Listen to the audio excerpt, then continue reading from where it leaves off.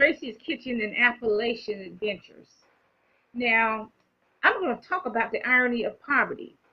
Now, I know the title of my videos is Appalachian Adventures, but really, it doesn't even matter. It is the same poverty, whether you are poor in Appalachia, or you are poor in Cleveland, or Detroit, or Greensboro, or Toledo, Ohio. You know what? You're poor. It is the same poverty system. You're still poor. So it doesn't even matter. It's just that if you are poor, and let's say somewhere in Kentucky,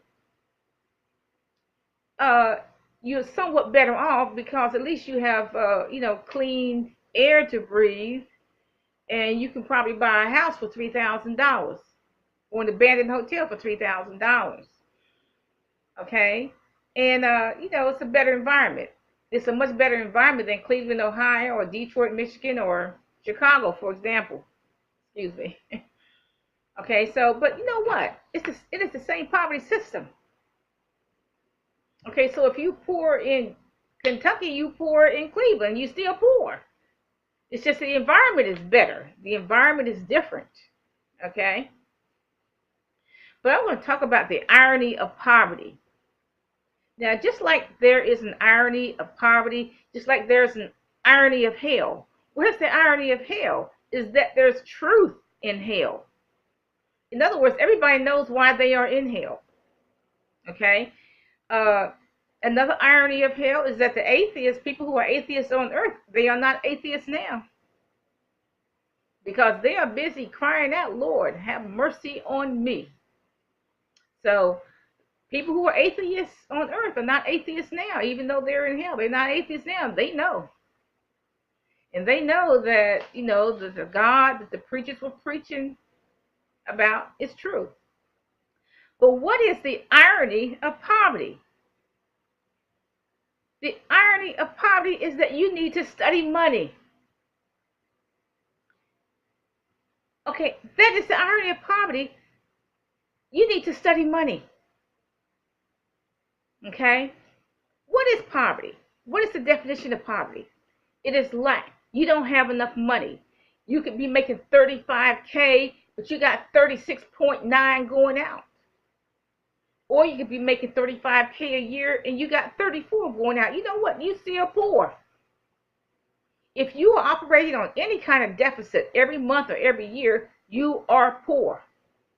If you don't have enough food, enough clothing, or an inadequate house, you're poor. You're in poverty. You don't have enough money for whatever society demands. Society demands that you buy your children some school supplies. You don't have enough money for that. Society demands that you pay your $400 electric bill. You don't know how you're going to pay for that either. Okay? Now the truth is that if you are poor with a few children, your poverty is going to get worse with a lot of children. If you have 3 children and you're poor and on food stamps, why are you having 3 more children? You know what? You say, well, I need more food stamps, but look, you're going to be poorer with 3 more children, and that's just a fact. Now, in the animal kingdom, if they have babies or pups that they cannot feed, they usually kill them or eat them or something. Okay? But the whole irony of poverty is that you need to study money. Because you don't understand money, that is why you are poor. And I'm telling you, that's the truth. The reason why you are poor, you don't understand money. And I don't care who you are, whether you're an ex-prisoner, you're a handicapped veteran, or you're homeless, you need to study money. Okay, now, this is an aside. When I was 39 years old, I was upset because I felt I should have had more than what I did have. After all, I've been working since I was 16. I felt I should have had something. How come I didn't have what I thought I should have had? But what was the truth? I had to face the truth of the matter. The truth of the matter is that I was upset over something that I didn't even understand, that I didn't even know anything about.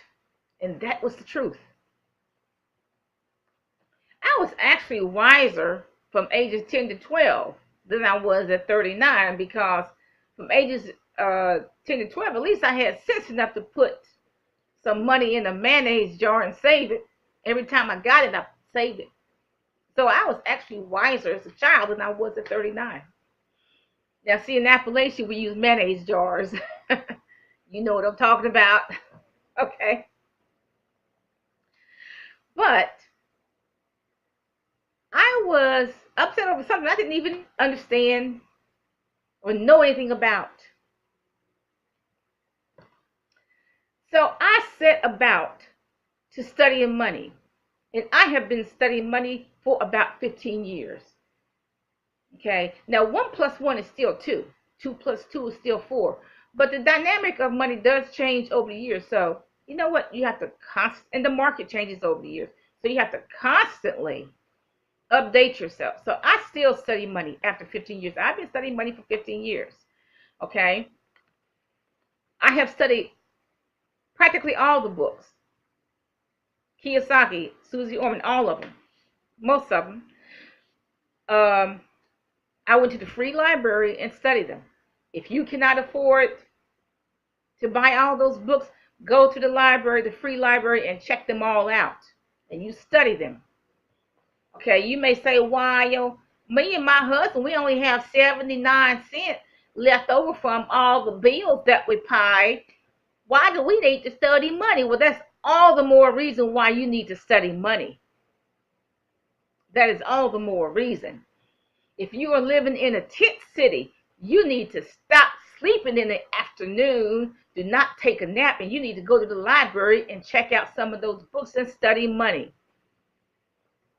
If you are an ex-prisoner, you definitely need to study money.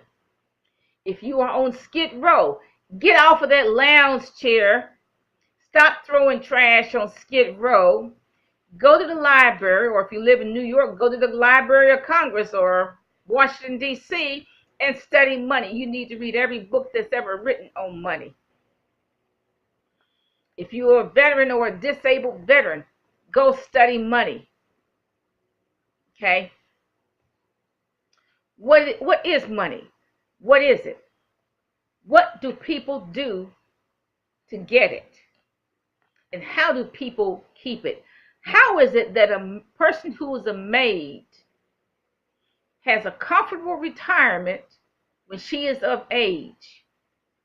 She has a comfortable retirement. She has her own house paid in full. She has some money in the bank. She can go to the store when she wants. And yet an NBA player or an NFL player who used to make $5 million and up per year, he doesn't even have $52 in his checking account.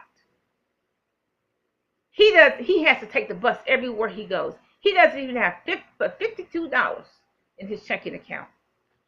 Why is it that entertainers, whether they're in the movies or they're singing or whatever the entertainment industry they're in, whatever section, why is it that they have made $300 million over a lifetime and they have nothing, nada, zilch? They don't even have $52 in their checking account. Why? Because 99.9% of us don't understand money. We don't understand how to manage it. We don't halfway understand how to earn it, but we don't understand how to manage it. 99% of us. And what you need to be that 0.1% who understands money. You need to be that 0.1% that has educated yourself about money. You need to educate yourself about money. You need to read every book that's out there.